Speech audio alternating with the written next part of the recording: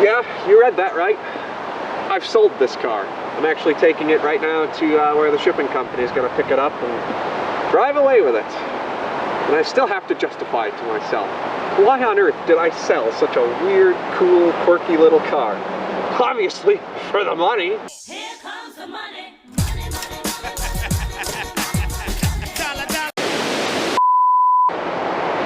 No, I didn't sell it for the money. I sold it because I don't have the time to give it the love that it needs. I mean, I have way too many projects at home. I have this, I have the 1977 Mercury, which is more or less done. There's a few more things to it, but it's reached its like plateau of being done. I have this El Camino that it's in really good shape, but you know, I am not used to the car yet. I don't know what quirks it has. I gotta drive it, gotta figure it out, gotta learn it. And then I have the daily driver, my little Toyota. It's just falling apart at the seams. I need to fix that up. And then the most important thing, the most sentimental thing I think I own is this 1991 Chevrolet Caprice. This belonged to my grandma and grandpa. This was my first car. This was the family road trip car. If we were going somewhere, that's what we were driving in. Going up to the lake house, Mackinac, across the state, doesn't matter. That was the car that we drove, and I miss driving that car. I miss everything about that car. So what I intend to do over the course of the summer is give it all of the attention and love that it needs, because I just want to hop in that car and say, I'm doing a Route 66 road trip in it. It'll do it. It just needs the love. And last year I spent so much time working on this that I didn't do anything with that Chevrolet, and I feel bad. I keep saying, I'm gonna fix it, and then I never do. Now what we've done to it, I mean, this car's come a long way since I bought it. Now, when it was imported to the States, it was kind of a basket case. And I cleaned up a lot of stuff on it. I mean, aesthetically, we've got the correct bumpers on it, the dashboard is correct, the interior is done, you know, when I bought it. Look at these pictures. That dashboard was just spray painted, those bumpers were terrible, there were no seat covers. It was bad. And that was only the aesthetics of it. I mean, there's still some paint issues here and there. Mechanically, it was also quite the basket case. The carburetor, horrifying. I could never get that thing to idle right. I could never get it to run right no matter what I did. The ignition system was bad. They had converted this from electronic ignition to points, and they did a terrible job with it. So I hunted down all the correct electronic ignition parts and got it back together and running. Oh, the engine. The heads, the head bolts, the head gaskets. There were no head gaskets. Those were removed for whatever reason. And the head bolts on one cylinder, the one I always had issues with, were just hand tight. My God. I didn't discover this until I noticed there was weird oil spray all over, and I thought, is there a hole in the side of the engine? What the hell? Took the cover off and I could see the smoke just spraying out the side. I'm like, what is this? I'll take the heads off. Oh, the head bolts aren't even tight. What the heck?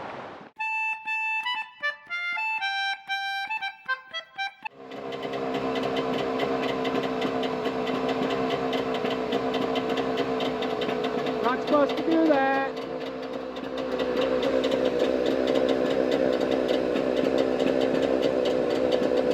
Damn.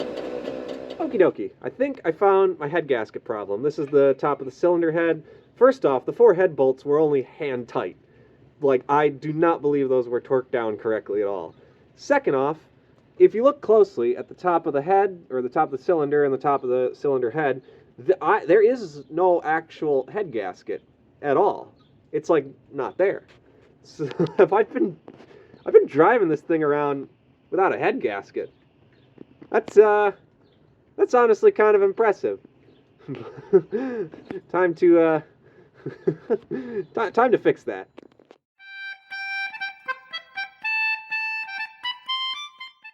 And then, because I suck at welding, I took this to someone who's quite the expert on these cars, and I had him redo the shock tower mounts. Those were almost rusted through, and I had it on good authority from someone who is the expert, the leading worldwide expert on these cars, that, yeah, that was pretty bad.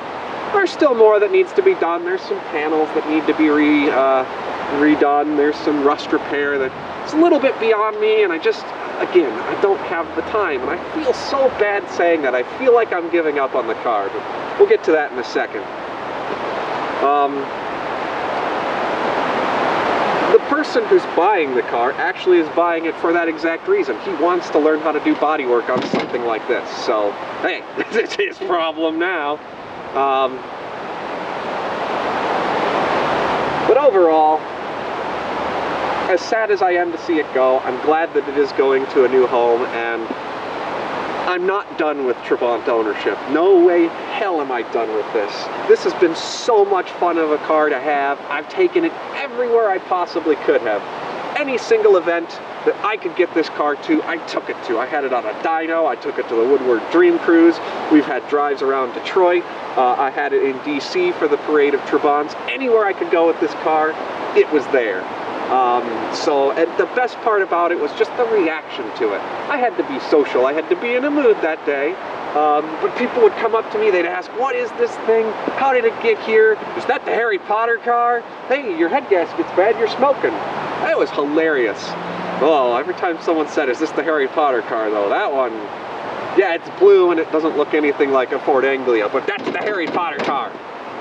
Teaching people about this car was so rewarding, because your average car guy, they're excited to learn about a car they've never seen before. Everyone's got their expertise, everyone's got the cars that they know, but to see something new, oh, they were in love with it. And I was in love talking about the car.